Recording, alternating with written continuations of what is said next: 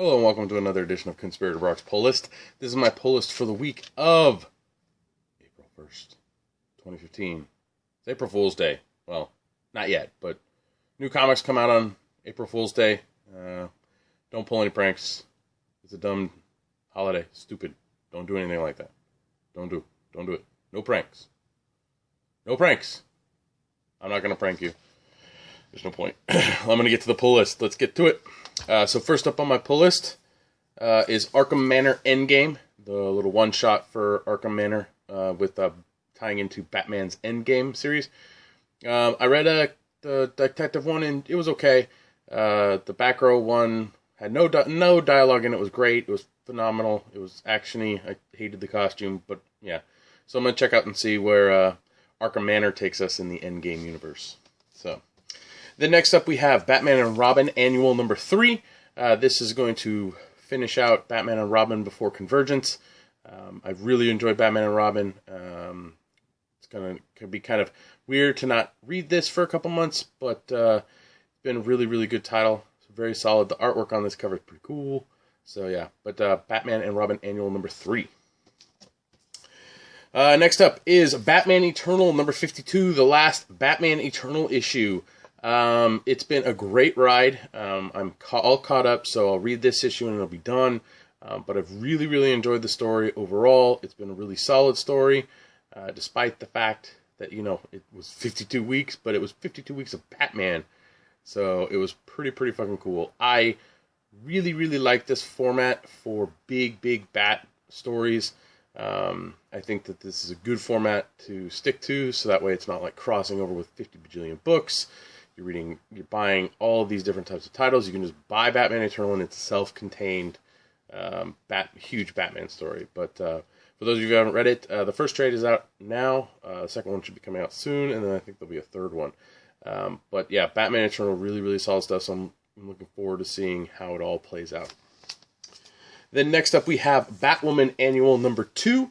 This will finish off the Batwoman series. It's being canceled after this, no longer going to be around after Convergence, which is kind of sad. I've liked the character, but it has gotten a little stagnant towards the end. It's an enjoyable book overall, but it lost the panache it had at the beginning of the run when New 52 launched, and even lost the panache of the stuff that we got from Detective Comics back in before, or when she was introduced. So, yeah. So Batwoman Annual number 2. Next up, the big one. The big book this week. Big. You need to get it. Convergence number 0. Convergence is upon us, people. Woohoo! Ryan actually already read through this book. He says that it's not necessarily a, first issue. It's kind of a setup book, a prelude book, which is fine by me because there's still titles I need to read to finish or before Convergence takes place. So I kind of want to have that final feeling before I go into Convergence. So full force. But Convergence 0 is out. Pick it up. There's actually a bunch of covers for it. I'm hoping to get the Patrick Zircher one. I really like that cover. It's a picture of Brainiac. The one I really, really like is the Adam Hughes cover. But that's the 1/100 variant, and that thing is going for like over $100. So I'm probably not going to get it, but it's a very, very cool cover. So if you get a chance, Google search Adam Hughes Convergent 0 cover. It's pretty sick. Next up on my pull list is Gotham Academy Endgame, number 1. This is, again, another tie-in book with Endgame.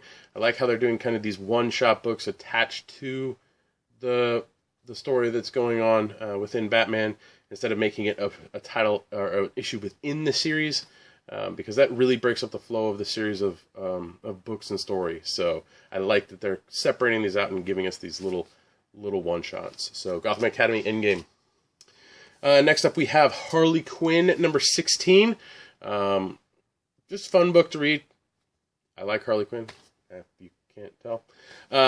So yeah, been enjoying it. Can't wait to see the shenanigans Harley gets into, because she's now recruiting other people to help her be a good citizen, a good, like a hero, so to speak, even though she's not really the standard definition of a hero.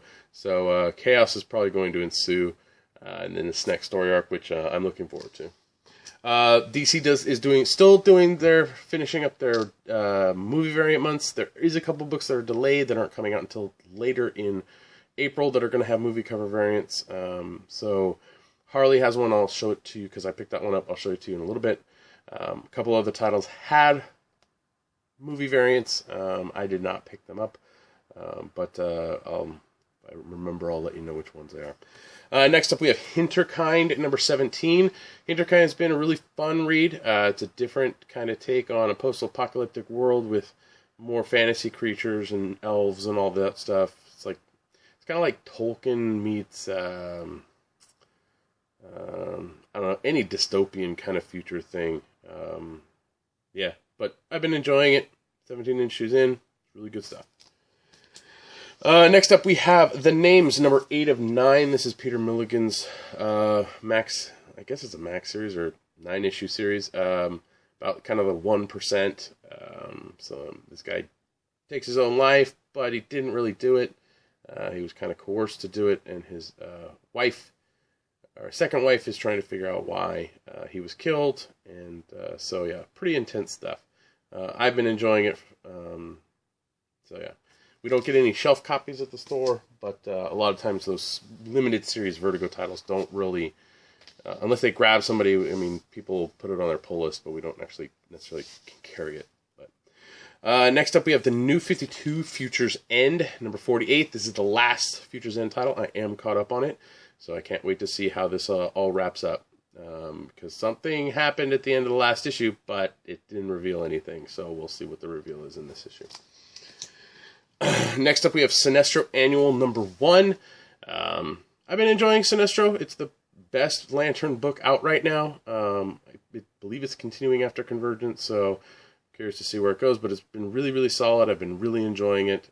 So yeah, if you haven't checked out Sinestro, I highly recommend it.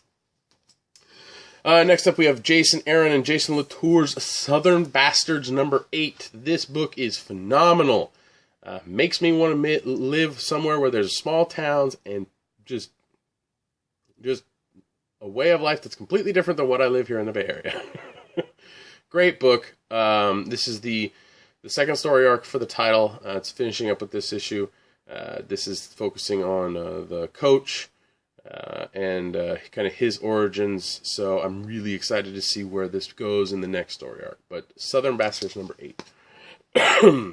And then last up on my pull list is Exo Manowar number 35. This title's just been a really great book. Ever since the beginning of Exo Manowar when Valiant relaunched it. I really, really enjoy it. I highly recommend this as a Valiant title if you're curious about checking something out. But it's really, really good stuff. So that's it for my pull list. We were shorted our copies of Earth 2 World's End. I believe it's number 26. All our copies were shorted, so hopefully we'll be getting that soon, because I really want to read it, because I want to finish that story. I am caught up with it, so yeah. So hopefully I'll get to read that next week, or even before. I did pick up the movie variant for Harley Quinn, which is, I believe, Jailhouse Rock, the Elvis movie. Just fun. I've never seen Jailhouse Rock, never been a big Elvis fan, but hey, it's Harley. So that's it for my pull list. These are the titles that I brought home for my collection, so on and so forth, blah, blah, blah, blah. So let's get moving to my read list. My read list consists of titles that I basically read, so I can stay caught up and current on stuff and be knowledgeable about more books than what I just want to read. So first up, we have Amazing Spider-Man number 17. For the most part, I've been enjoying, the return of Peter Parker and all that stuff. I jumped ship with all the Doc Ock Superior Spider-Man stuff. It just didn't flow well. But for the most part, this stuff's been okay. I kind of miss the days when Amazing Spider-Man actually was different creative teams working, but the editors kept the main theme running through the whole thing. But, hey, you don't get everything you want. Next up, we have Black Science, number 13. Ryan actually asked me today if I read Low, and I said, no, I dropped that shit a while ago. Black Science, I mean, I don't even know why I'm still reading it. It's okay. It's different, but I think I'm just getting bored with it, so I don't even know if I'll continue after this issue. But, I mean, for those of you who like Rick Remender's work, I think this is right up your alley, but for me, it doesn't fit very well right now. So, we'll see. But Black Science 13 is out. Next up, we have part 10 of Black Vortex in Cyclops, number 12. I have not read a Cyclops book, so this is the first one I'm reading, but we'll see. Black Vortex has not impressed me very much. It has actually been a very repetitive story every issue of, we need to be careful with this mirror, but somebody submits, and then somebody steals it, and then they talk about it some more, and then somebody submits, and then somebody steals it, and then somebody changes the world, and some world blows up, and I think I was ruined by Dan Abbott and Andy Lanning's like Annihilation stuff, their Guardian stuff, the stuff that was coming out with Nova at the time, a lot of Marvel Space stuff.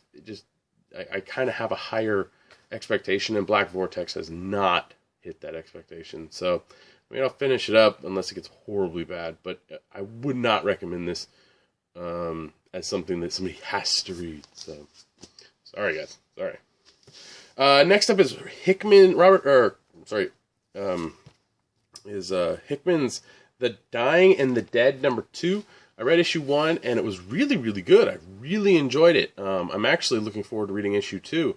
Which is surprising because, I mean, normally Hickman is a hit or miss for me, or I kind of read his stuff after the fact, and I like it. I know I read his East of West, and I enjoy that. But Dying and the Dead was really good. That first issue was really solid, so check it out.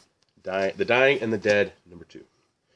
Next up, we have Rocket Raccoon, number 10. This Rocket Raccoon got jumped back on my read list after that horrible first story arc. I've kind of enjoyed the little stories that they've been telling about Rocket, kind of in Groot in the single issues.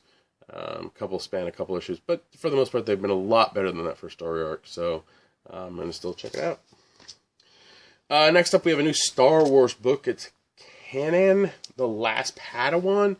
I'll check it out, see what it's like. We'll see where it goes from there. So far, Star Wars is amazing. Darth Vader's really good.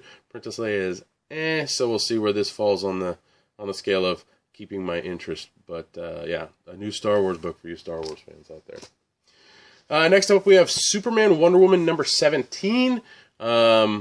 I don't pick this title up, but I read it. It's enjoyable. It's basically the couples book. You know, what can we have Superman and Wonder Woman do together and attempt to maybe go on a date at some point?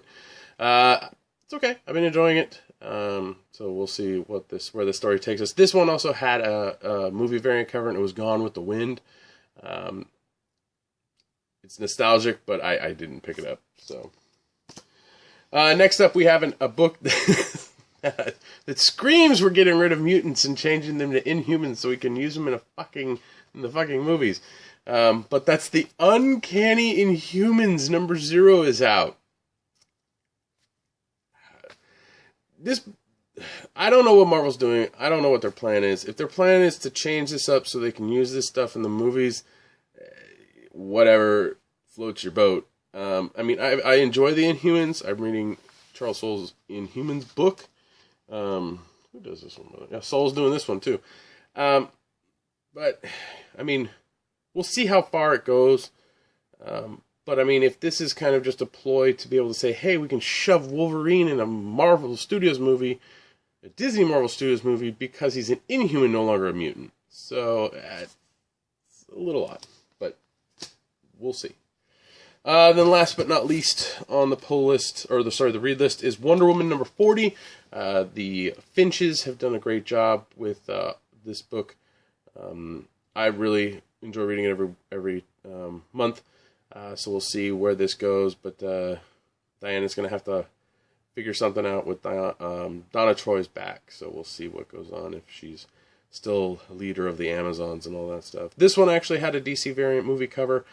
It was for 300. Hopefully it was 300, not 300 Rise of Spark. I don't know, but it was a 300 homage cover.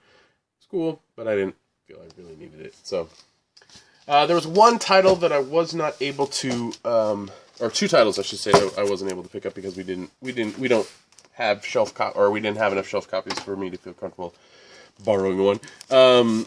But those are Punisher number 17, which I've really enjoyed the Punisher series. We actually talked a little bit about Punisher on the podcast this past, or tonight, so you can listen to that if you listen to the Comics Conspiracy podcast. And then the other one was Wolf Moon 5 of 6, Vertigo miniseries.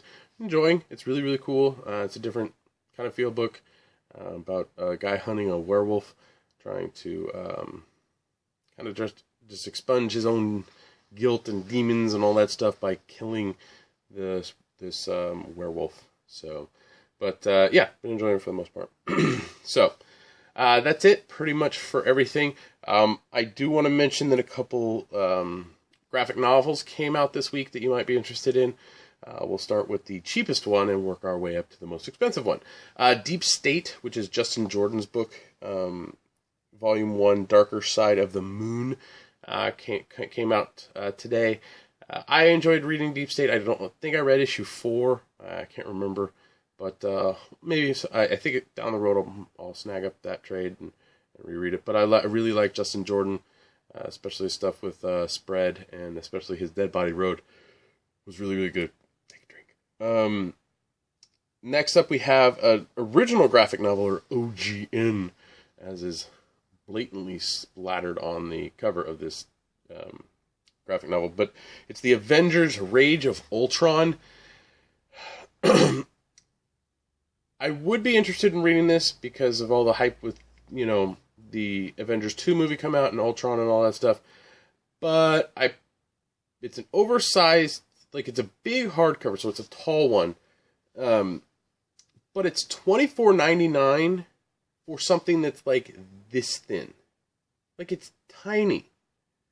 I cram 3 books together, and it's about as thick as that, or 4 books together. And I don't really, to me, that doesn't constitute the $25 price point. So, I mean, if you read it, or you're reading it, or you're picking it up, let me know how you like it. Post it down in the comments below, or send me a tweet. But, yeah, Marvel's price point on their trades and their hardcovers and stuff has really, really put me off from picking up Marvel trades and reading more Marvel titles, especially in trade form. I know I don't pick up any single issues, but I'd like to pick up stuff at some point of the stuff that I do enjoy, Jason Aaron's Thor. But at this point, because of the price point of the hardcovers and the price point on those trades, I don't want to. I'll wait for the omnibus that they release, which is going to be a reasonable price for what I'm going to get. So yeah, so let me know if you've read it or you're picking it up or whatever. Let me know what you think of it with that Avengers Rage of Ultron. And then the pricey one that's out this week is The Absolute Green Arrow by Kevin Smith. So this is the Green Arrow stuff from when Kevin Smith relaunched it last 10 years ago, 15 years ago. I don't know how long. A long time ago he did this, but it was a really, really great run. I haven't actually gotten a chance to read them yet. I want to, but we'll see if I can get to it. But it's a really nice absolute for those of you who like Charlie-sized things, or just big, huge hardcovers. This is for you. It's $99.99 or $99.99, or basically $100. I know on Amazon it's going for a little under 90 right now. It's 80 something, or I don't know, 86 or 88. But yeah, that's out. So yeah, so that's pretty much what's going on. I am super stoked to watch Flash tomorrow because I don't get a chance to watch it on Tuesday nights when it airs, and I don't DVR. So once it goes on demand, which I don't have time to, because I'm doing the pull list and I get home and I'm taking care of the kids and stuff, so I don't technically have time at night, so I don't even check it. But tomorrow afternoon I'll be checking out The Flash, which I'm really excited for. I want to see that 1 minute extra thing they have at the end that's scaring the crap out of Ryan Higgins, and people are telling him he's not supposed to watch, but I want to watch it. So Mark Hamill is a trickster. Somebody so good. I tweeted out to people before I recorded, whether or not if you had any questions or whatever. A friend of mine, Julie Snyder, fellow alumni from my high school and fellow coworker, replied to me on Facebook, what's a pull list? Watch the video, Julie. Or it's just me being a geek and telling people what I bought for the week. But Jordan Fagley, hey Jordan, what's up? Jordan actually asked, have I read Chrononauts? That's the Mark Miller book that came out. I did read it. I was going to try and do like a random comic review video of Chrononauts, Red One, and Invisible Republic, because those all three came out at the same time a few weeks ago. But I didn't actually get a chance to. But I did read Chrononauts, and it was enjoyable. I mean, it's definitely a Mark Miller book. Sean Murphy's artwork is very distinctive. I mean, I had flashbacks of reading The Wake and Joe the Barbarian. But, I mean, for the most part, it seems really interesting. Like, I'm looking forward to reading the second issue. But Chrononauts, or however the hell they want me to say it, seems like an interesting concept. So we'll see if I continue with it. Mark Miller's very hit or miss with me, but I've enjoyed Chrononauts so much, so I'll check out issue 2. So that looks like it's it for the questions. Thanks Jordan for giving me a question, and thanks Julie for just randomly asking me what the heck a pull list is. So again, thank you for watching. You can like, subscribe to the channel, share this, please. Let people know that there's a weird guy out there who talks about what he buys every week at a comic book store. You can follow me on Twitter. My handle is @BrockSager. You can listen to me on the Comic Conspiracy podcast, which we record every Tuesday night now. And you can download those on iTunes, or you can also go to www.geekbox.net and download them there. It's been 4 years since the 28th, so this is our 4-year kind of anniversary of doing podcasts, and of course we didn't do anything special. But been doing podcasts for 4 years. That's a long, long time. So to those of you who've been with us for most of that, or all of that, or part of it, or some of it, thank you for listening. For those of you who have listened since the beginning, I'm sorry, but hopefully we've taken up some of your time and at least been entertaining. But we'll have we might do something kind of quirky or whatever on episode 208, which is like kind of the official 4 years, because of the number of episodes. But I highly doubt it. April's going to be a busy, busy month. For us at the comic book store. Ryan's birthday is April 3rd, so if you follow him on Twitter or Facebook, blast him with happy birthday wishes. And then on the 10th, the 11th, and the 12th, we're having the April sale at Comics Conspiracy. So if you're in the area, come down for that. Some great deals on a lot of stuff. And then the weekend after that, which is the 18th and 19th, 18th and 19th, we are at Big Wow Comic Book Convention in San Jose. So if you are there, I will be there all day Saturday, manning the booth with Ryan. I'll try and get away and kind of see stuff on the floor, but I am going to the con to work, so I got to work first. But come by, say hi, snap a picture. I'll try and smile. Other than that, after that, we're going to have Avengers 2 coming up, which apparently the trailer for Star Wars is going to be in front of it, so that's a lot to take in. And then Free Comic Book Day is the first Saturday in May, which is May 2nd. And then right after that, for me, my kid's birthday. So I'm going to be a busy boy for the next month and a half or 2 months. So, but I'll do my best to keep these coming. Again, thank you for watching. Thank you for listening to the podcast. And any of the links, if you're on my blog, will take you to the Comics Conspiracy digital storefront, where any of those purchases that you make, we get a little bit of kickback. Thank you for that. You can subscribe automatically and then say, I want to forget. I'll just know it's charging my card. But thank you. Any of the links you click for me for Amazon and you buy something, I get a little bit. Thank you for that. But yeah, other than that, I think I need to wrap this up because it's going on like 25 minutes. So thanks again for watching, and have another one next week.